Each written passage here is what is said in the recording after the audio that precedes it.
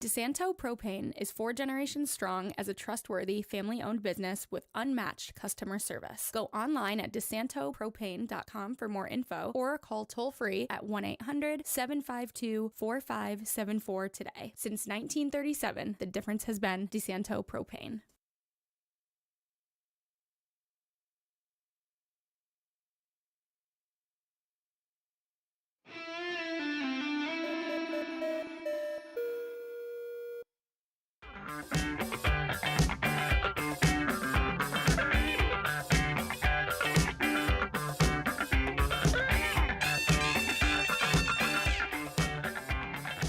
Hello, everyone, and welcome into the FL1 Sports Podcast here on FingerLakes1.com. I am Paul Russo. Our guest today is an 8-time winner in the NASCAR Cup Series and is a true legend of the sport. His charity ride across America will be entering its 29th edition of the event Saturday, May 3rd in Traverse City, Michigan, and concluding on Friday, May 9th in Hot Springs, Virginia, covering 1,400 miles. That includes a stop right here in the Finger Lakes on Wednesday, May 7th in Clyde at the Village Park at 11:10 a.m. for a fan stop. Welcome in Kyle Petty to the podcast. Kyle, thank you so much for taking a few moments of your time today to chat with us. Thanks for having me, man. I appreciate it. All right, so the first question I have for you, the first ride itself, like I said, this is going into the 29th anniversary of the event, first ride in 1995. What kind of gave you the inspiration to start the ride and kind of the beginnings of it that first year? So the ride, I think the inspiration was I used to ride we would ride from racing Rockingham towards the end of the year and then ride out to Phoenix. Myself, Harry Gant, Robin Pemberton, Don Tilley, Click Baldwin, just a couple of Harley dealers. We just all get together and ride. And one year we picked up a few people in Oklahoma City, and then we picked up a few people out in New Mexico, and it's like, man, this is pretty cool. Why don't we ride across the country and just pick up people and get a big ride going and do it all for charity? And that was the impetus of it, as we started it. But no, that first year, man, we didn't have a clue what we were doing. There were 35 of us. We left California and took off east. We just followed a compass and said, let's go east. And that was kind of it. And we did it for charity. And we've been doing it ever since. So it's one of those crazy ideas that just kind of took hold, and we're still doing it. Love it. I know that's the way a lot of sometimes the first adventures kind of lead into greatness. And here we are, like I said, coming into 30 years, but 29 total events later for it. All right. So the money for the event mainly raises awareness and funds for Victory Junction. To date, an incredible $22 million has been raised for it. If you don't mind, what is Victory Junction and what does it do and a little bit of the history of it? Yeah, so Victory Junction is a camp that we built in Level Cross, North Carolina, where our race shop always was. In memory of my son, my oldest son, Adam, was killed in a racing accident in New Hampshire in 2000. And we had been to a camp in Florida called Boggy Creek.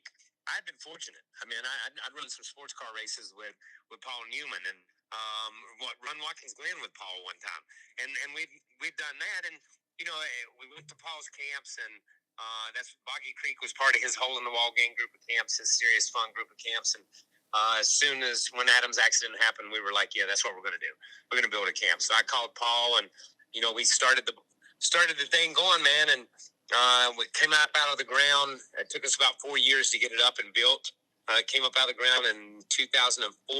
Last year was our 20th anniversary. We've seen almost 130,000 kids have benefited because of Victory Junction. They either walked through the gates or been touched by it in some way, shape, or form, them and their families. So it's a phenomenal place, man. And all the money from the charity ride now, no matter where we go, no matter what we do, and the people that come to see us, and we hope a ton of people come to see us at Clyde, man. I've had a great time talking to some of the people up there. So we're excited about coming through there, but we hope a ton of people come out because it helps send more kids to camp. I love it. So my next question really kind of goes into the planning of the ride itself. I know looking back on it, the routes kind of changed a little bit over the years and everything like that. So what goes into that planning process? How do you choose what parts of the country you're going to each year? And then to kind of follow that up too with that, do you yourself or is there another group of people that kind of go out and ride the route first and kind of scout almost in essence? Yeah, so what we do is we every year after the ride we send out a questionnaire, and where would you like to go? What did you like about this year's ride? What would you change about next year's ride? Just simple things, just like anybody would with any type of questionnaire. And they all wanted to go to they wanted to go back to Traverse City for a number of years, and everybody for about the last 15 or 20 years has wanted to go to Niagara Falls. So we said, okay, we'll start in Traverse City. We figured out a way to get to Niagara Falls, and then it was like, well, how do we get home from Niagara Falls? And man, Corning and Clyde was right on our track, and we were like, well, we'll go back through there and we'll go to the racetrack at Watkins Glen, and then we'll head south. So that's kind of it. And yes, we find a starting spot, and then we can just kind of figure out where we want to end it. That's kind of the way it is. But yes, we went out in November and rode left Traverse City, flew into Traverse City, rented a car, and drove back and figured out the cities we wanted to stop in, the gas stations we wanted to stop at, and did all that and laid all that out, and that's how it all comes about. Love it. So, as I mentioned on Wednesday, May 7th, kind of towards the tail end of the ride, you will be coming through the heart of the Finger Lakes here. Fans stop at the Clyde Village Park at about 11:10 a.m. that day. What can some fans and people kind of expect at that stop? Chaos. That's pretty much it. No, you know what? It's going to be a great time. And we want fans to come out. My dad will be with us. Herschel Walker, Heisman Trophy winner, NFL superstar, he'll be with us. Rick Allen, the voice of NBC Sports and NASCAR on NBC Sports. Rutledge Wood from Top Gear America and The Floor is Lava, he'll be with us. And then, you got Kenny Wallace and Kenny Schrader, they'll be there. And Max Pappas will be there. And Bill Davison, whose family is the great-grandson of the founders of Harley-Davidson. He'll be there with us. So we got a few celebrities, so come out and get some autographs, take some pictures, drink a cold Coca-Cola, and we'll stand around and BS about racing and about whatever you want to. Love it. How many riders right now do you expect to be on the ride this year? So we have 125 bikes. Okay. Is about where we're at, and that's kind of our limit. We try to keep it somewhere in that range. When you figure some people ride solo, some people ride doubles, there'll be about 175, 180 people on bikes, and then we have another probably 50 or 60 people that's our support crew that goes with us. Perfect. One final, I guess, main question I really have for here. I know you mentioned it a little bit about Watkins Glen and being in the Finger Lakes. It's obviously the home for New York and NASCAR and the track there. You do have a win there back in the day in 1992.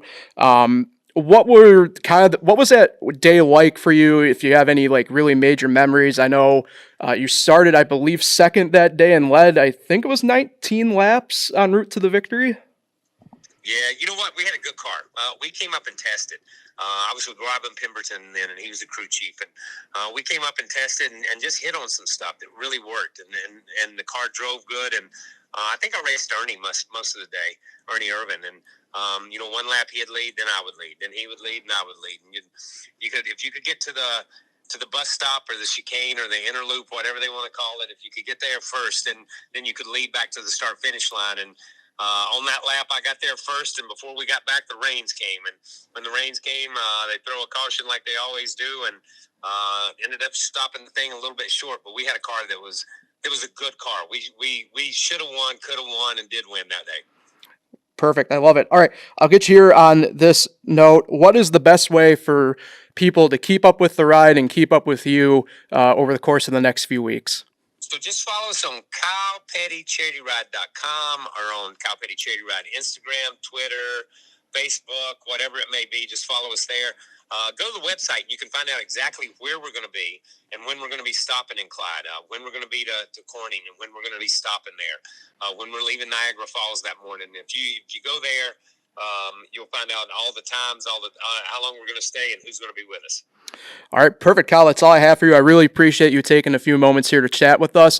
Good luck on the ride. I know I'm hoping to get out and at least see you guys through when you come through downtown Seneca Falls that day. Yeah, please, man. When we come through, come out and wave. Come up to the racetrack and see us, man. It's not far. I know. Perfect. All right. Thanks again, Kyle. I really appreciate it. Thank you, man. Appreciate it.